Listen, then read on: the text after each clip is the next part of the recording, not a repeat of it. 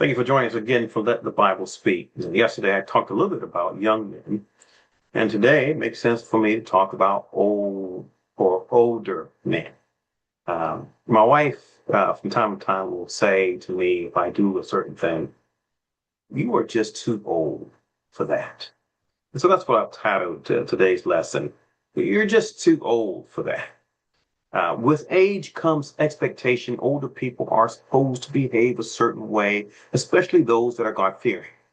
But sometimes they just don't. And maybe here's a reminder for us older men to behave the way that God is expecting us. In Titus chapter 2, verses 1 and 2, in Titus chapter 2, verses 1 and 2, Paul tells Titus, "But you, as for you, speak the things which are proper for sound doctrine, that the older men be sober and reverent and temperate, sound in faith and love and patience." I'm reading from the New King James.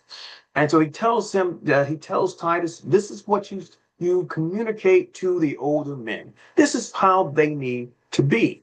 And the first thing he says, but they were supposed to be sound in teaching, or sound in doctrine. That word doctrine just means teaching. It's the word sound, though, that sometimes is hard to understand. It comes from the Greek word, which means whole or healthy, is probably the better word. And thus, it stands in contrast to a person who's unsound in these various areas. A person who's unsound in teaching is a person whose teaching is weak or damaged or ill or sick. And the contrast then is for those who are older, they're supposed to be at a place where they've matured to the point where they have sound teaching. And so to engage in teaching that is weak or false or ill or sick in nature, meaning it does not hold, it doesn't have everything it needs, well, it's to show that you haven't grown the way you're supposed to grow. They were supposed to engage in spiritual teaching that was sound. The Hebrew writer says in Hebrews chapter 5, verses 12 to 14, Hebrews 5, verses 12 to 14, he talks about some people who were supposed to be growing along the way, but they just didn't grow like they're supposed to. And this is what this is indicative of. In Hebrews chapter 5, verses 12 to 14, he says, "For though by this time you ought to be teachers, you need someone to teach you again the basic principles of the oracles of God. You need milk and not solid food. For everyone who lives on milk is unskilled in the word of righteousness, since he is a child.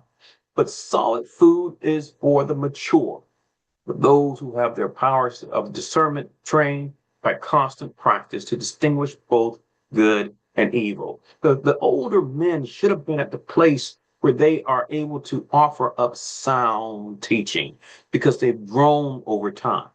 Back in our text in the book of Titus, chapter 2, he continues on, and Titus was to tell these older men to be sober or sober-minded. And all it really means is to be sound in mind or sensible in some translation. This speaks to the manner in which a person thinks, how they think. And again, this sort of connects with being mature in thought. You know, on the one hand, sometimes folks don't have enough maturity to teach. That makes them unsound in teaching. And then on the other hand, they don't have enough maturity in the way they think about the things that God has said. And so they have to be sober-minded. They have to be mature in thought. And then not only does it say that, but he tells them that they are supposed to be reverent. Other translation says dignified.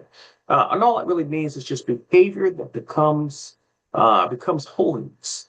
It is to do that which is proper or fitting. Propriety is expected. Grown men can't be clowns all of their lives. They have to find a level of dignity where they are upright in conduct and speech and can be looked upon. Again, this is in connection with maturity, which is what you would expect out of the older men. And then he says, make sure that they are temperate. That word self-control is the same word here. Carries with the idea they don't fly off the handle. They don't have emotional, uncontrolled response. You know, sometimes you see that in older men, grumpy and just responding in ways that just seems like, well, you know, you're just too old. And they need to be more controlled. And again, the word sensible applies here. They need to be, you know, in control and thinking about what they say and thinking about what they do and in control of their vessel, their body. And then finally, he says they need to be sound in three areas. He says sound in faith, sound in love, and sound in patience. And again, that word sound stands in contrast to being unsound or unhealthy. To be unhealthy in faith means there's something wrong with the nature and the quality of a person's faith. Maybe it's not as sure as it should be, but by this time, older men, you should be sound in faith.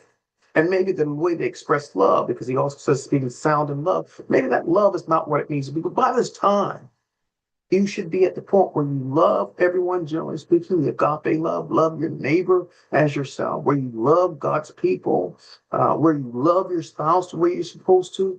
You should be at the place where you've grown to maturity. And then he also says to be sound in patience. And that's probably one of the more difficult things for a lot of people. I see a lot of older men who are not sound in patience or perseverance or steadfastness, maybe some of the other translations that you see.